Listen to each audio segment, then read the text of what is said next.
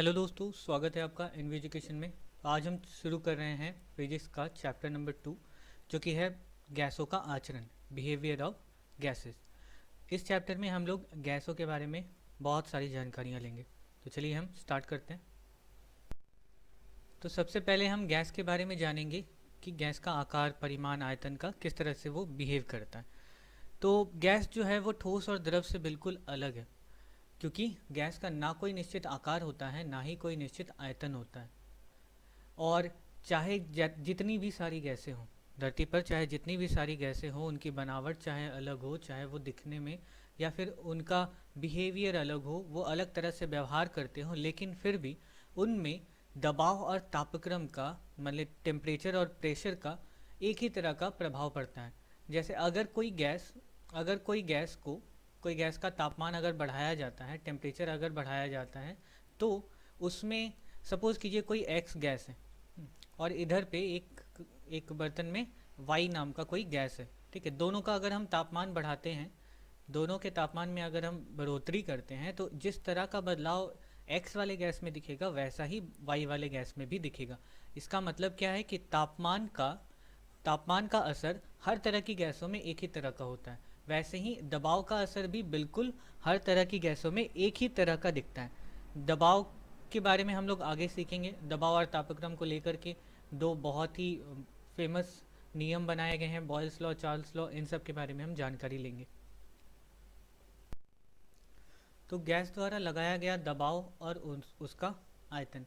यहाँ पे गैस में क्या होता है कि गैस का जो दो अणु हैं, गैस के दो अणुओं के बीच में दूरी बहुत ज़्यादा होती है। एक अणु यहाँ है तो एक अणु यहाँ है। इसका मतलब क्या है, गैसों के अणुओं के बीच में दूरी ज़्यादा होने के कारण अगर तापमान को तापमान को ना बढ़ाया जाए, ठीक है, अगर तापमान को नहीं बढ़ाते हैं और दबाव हम गैस पर हर दिशा से डालना शुरू करते हैं, तो क्या होगा कि गैस के अणु जो है, जो बहुत ज़्यादा दूर दूर फैले हुए रहते हैं, वो क्या होंगे, करीब आना शुरू हो जाएंगे।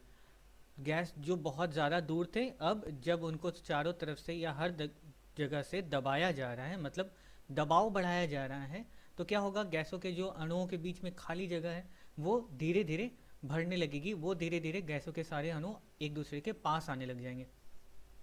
तो दबाव का असर क्या होगा कि दबाव जब हम बढ़ाएंगे तो गैसों के अणु जो है वो पास आएंगे, और पास आएंगे इसका मतलब जो गैस बहुत बड़े से जगह में फैला हुआ था, अब वो थोड़े से जगह में ही सिमट के रह जाएगा, मतलब आयतन उसका कम हो जाएगा। तो इससे क्या पता चलता है कि जब तापमान को हम ना बदलें और दबाव को हम लगातार बढ़ाते चले जाएं, तो उस गैस का आयतन कम होता चला जाता है। ठीक इसी तरह से अब अगर मान लीजिए दबाव हम नहीं बढ़ा रहे, ठीक है, दबाव नहीं बढ़ा रहे, सपोज यहाँ पे एक डब्बा है जिसमें गैसों के अणु भरे हुए हैं, खुला एक डब्बा है जिसमें गैसों के अणु भरे हुए हैं। अब हम दबाव नहीं बढ़ा रहे हैं, अब हम तापमान बढ़ा रहे हैं, नीचे से उसको गर्म कर रहे हैं। अब गर्म करने का मतलब क्या होगा कि गैसों के अणु जो है वो एक दूसरे से दूर भागना शुरू कर देंगे। जो जो अणु चाहे पास ही रहे हों या फिर थोड़ी दूरी पर ही रहे हों, अब उनमें क्या होगी, गति बढ़ने लगेगी, उनके अंदर गति बढ़ने लगेगी, गर्मी बढ़ने लगेगी, जिसकी वजह से वो अणु जो है वो क्या करेंगे, इधर उधर भागने लगेंगे। इधर उधर भागने की वजह से जितना ज़्यादा उनको जगह मिलेगा, वो उतना ज़्यादा फैल जाएंगे। यानी अगर हम जगह को, अगर छोटी सी जगह है, छोटी सी जगह से हटा करके हम गैसों को किसी बड़े पात्र में लेकर के चले जाते हैं, उतने ही गैस को, और उसको गर्म करते हैं, तो क्या होगा, गैस जो है वो हर तरफ फैल जाएगा। मतलब जब हमने तापमान बढ़ाया, गैस का आयतन जो है वो बढ़ता चला गया। और ये बढ़ने का कारण क्या है, कारण यही है कि गैसों के अणुओं की गति जो है वो बढ़ जाती है। अब गति बढ़ने की वजह से गैसों के अणु जो है वो ज़्यादातर हमेशा ही गतिशील अवस्था में रहते ही हैं। अब गतिशील अवस्था में रहने की वजह से जिस भी बर्तन में हम उसको रखते हैं, वो गैसों के अणु हमेशा बर्तन की दीवारों पर चोट मारते रहते हैं, मतलब बर्तन की दीवारों को हमेशा दबाते रहते हैं, धक्का देते रहते हैं, जिसे हम गैसों के द्वारा लगाया गया बल या गैसों के द्वारा दिया गया दबाव या गैस का दबाव कहते हैं। तो जो भी गैस बर्तन के अंदर मौजूद हैं, अगर वो बर्तन के सतहों पर लगातार दबाव बनाते रहते हैं, तो उस बल को, उस लगाए गए बल को हम गैसों के द्वारा लगाया गया दाब या गैस दबाव कहते हैं। होप क्लियर हो गया होगा। अब इसका कारण क्या है? कारण यही है कि गैस जो है वो हमेशा, गैसों के अणु जो है हमेशा गतिशील रहते हैं। तो इस चैप्टर में आगे बढ़ने से पहले हमें चैप्टर में जो ज़रूरी चीज़ें, जानने वाली चीज़ें हैं उनको जानना ज़रूरी है, जो हमें आगे समझने में इस चैप्टर को और ज़्यादा मदद करेंगे। जैसे क्षेत्रफल क्या होता है? क्षेत्रफल क्या होता है? लंबाई गुने चौड़ाई, या फिर अगर कोई वर्ग है तो उसके भुजा, उसके एक भुजा और गुना दूसरी भुजा, उसको क्या कहते हैं? उसका क्षेत्रफल कहते हैं। नॉर्मली हम क्या बोलते हैं? कोई भी क्षेत्रफल किसी समतल क्षेत्र की लंबाई और चौड़ाई का गुणनफल कहलाती है।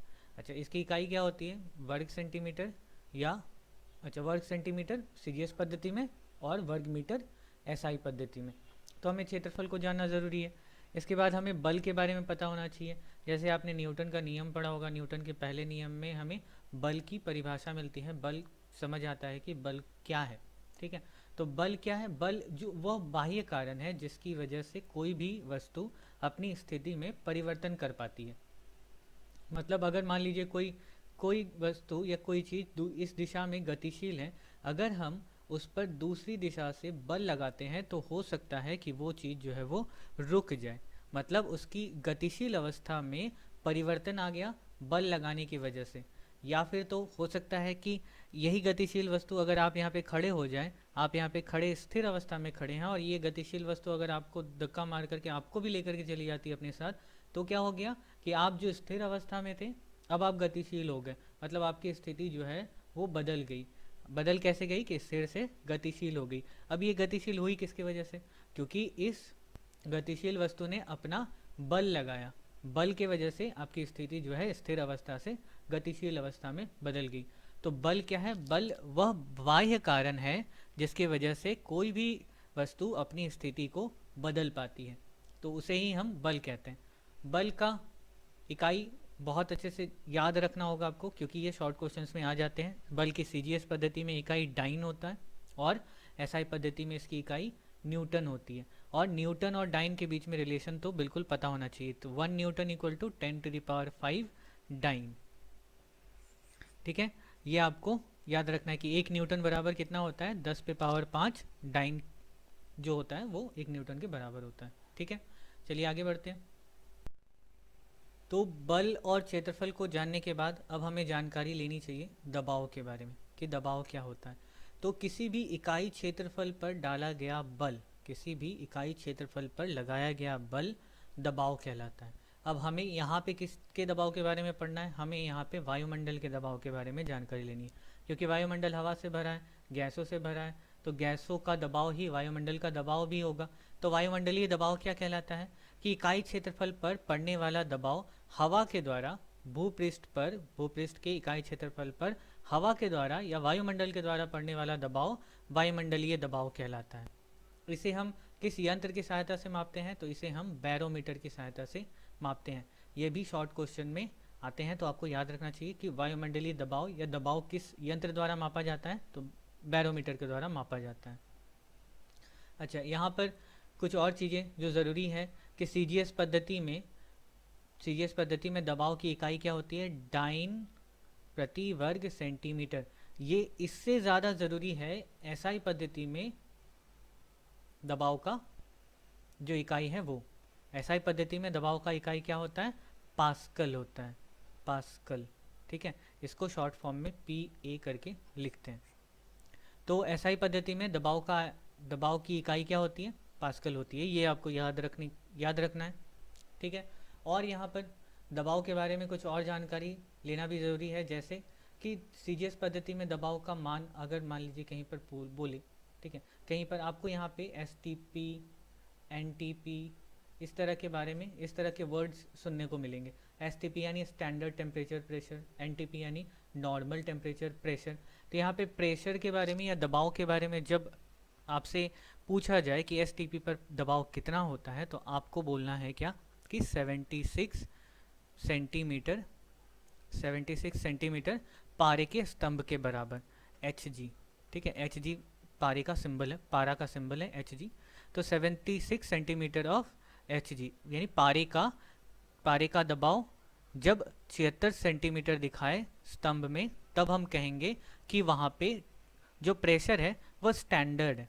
ठीक है, तो आपको क्या याद रखना है कि 76 सेंटीमीटर जो प्रेशर होता है वो एसटीपी पर होता है। ठीक है, 76 सेंटीमीटर, या फिर इसको कहीं कहीं पे 760 मिलीमीटर भी बोलते हैं, दोनों एक ही चीज़ें हैं। ठीक है, तो चलिए अब आगे बढ़ते हैं।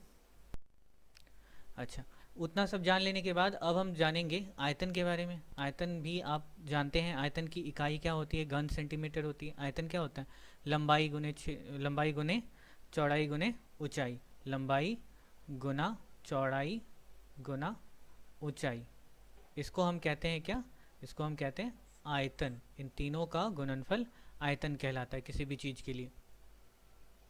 तो सीजीएस में घन सेंटीमीटर और एसआई में घन मीटर। ठीक है, एसआई में घन मीटर।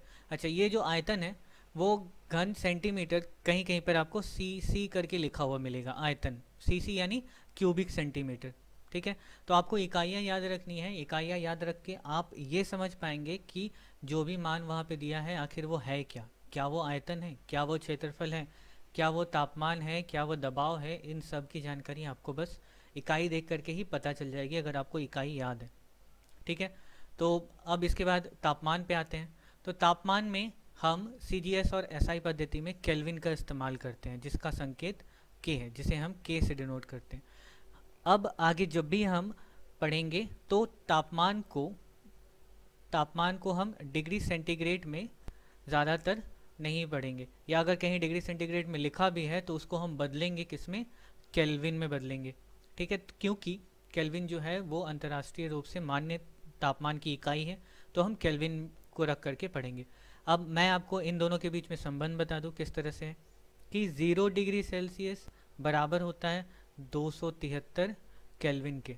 0 डिग्री सेल्सियस बराबर 273 केल्विन। यहाँ पे हम सेल्सियस के साथ डिग्री लिखते हैं, लेकिन केल्विन के साथ डिग्री नहीं लिखते हैं। वैसे ही अगर यहाँ पे 1 डिग्री सेल्सियस हो तो ये क्या हो जाएगा, ये भी एक बढ़ जाएगा, यानी 274 केल्विन हो जाएगा। ओके, अब आगे देखते हैं हम गैस के नियमों को। तो गैस के नियमों में हम लोग दो नियम पढ़ेंगे, बॉयल का नियम और चार्ल्स का नियम। तो गैस का नियम मेनली है किस पर निर्धारित करता है, तो हमेशा गैस का नियम जो है वो तापमान और दबाव पर निर्भर करता है, कि तापमान और दबाव के चक्कर में पड़ के जो गैस है, गैस का आयतन है, वो किस तरह से बदलता है। गैस बढ़ता है, गैस कम होता है, तापमान और दबाव के बढ़ने या घटने की वजह से। ये सारी चीज़ें हम चार्ल्स लॉ और बॉयल्स लॉ में डिटेल में पढ़ेंगे। तो मैं आज के लिए बस यहीं तक रखता हूँ। हम लोग अगले वीडियो में बॉयल्स लॉ को डिस्कस करेंगे, उसके बाद फिर चार्ल्स लॉ को डिस्कस करते करते हुए हम कुछ न्यूमेरिकल्स भी सॉल्व करेंगे, जिससे आपकी प्रैक्टिस लगातार होती रहे। तो चलिए, तब तक के लिए bye bye and take care.